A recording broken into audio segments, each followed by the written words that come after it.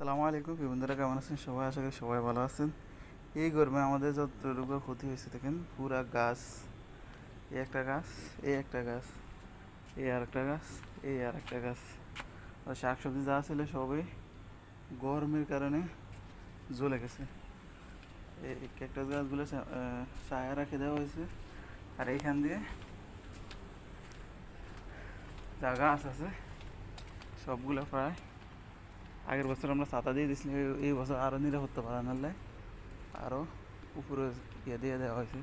তারপর মানে কাঠগোলাপ গাছগুলোকে বাঁচায় রাখা সম্ভব হয় না। যারা ভিডিও দেখছেন তারা অবশ্যই জানেন যে গত বছর আমরা মালটা গাছ ছিল, মালটা গাছগুলো আমরা উপরে ছাতা দিয়ে দিয়েছিলাম, তারপর বাঁচায় রাখতে পারিনি। এই বছর উপরে পুরো দিয়ে দেওয়া হয়েছে, তারপর এগুলো বাঁচানো সব মরে গেছে।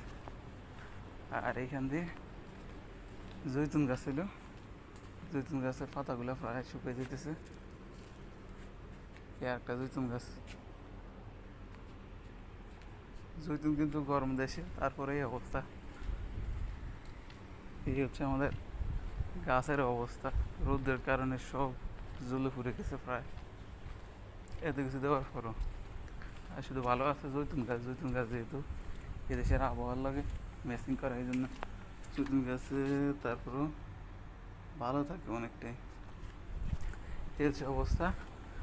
মরিচ গাছ লাগাইছি, ভেন্ডি গাছ লাগাইছিলাম, শাক সবজি সব মরে গেছে, মরে হয়ে গেছে।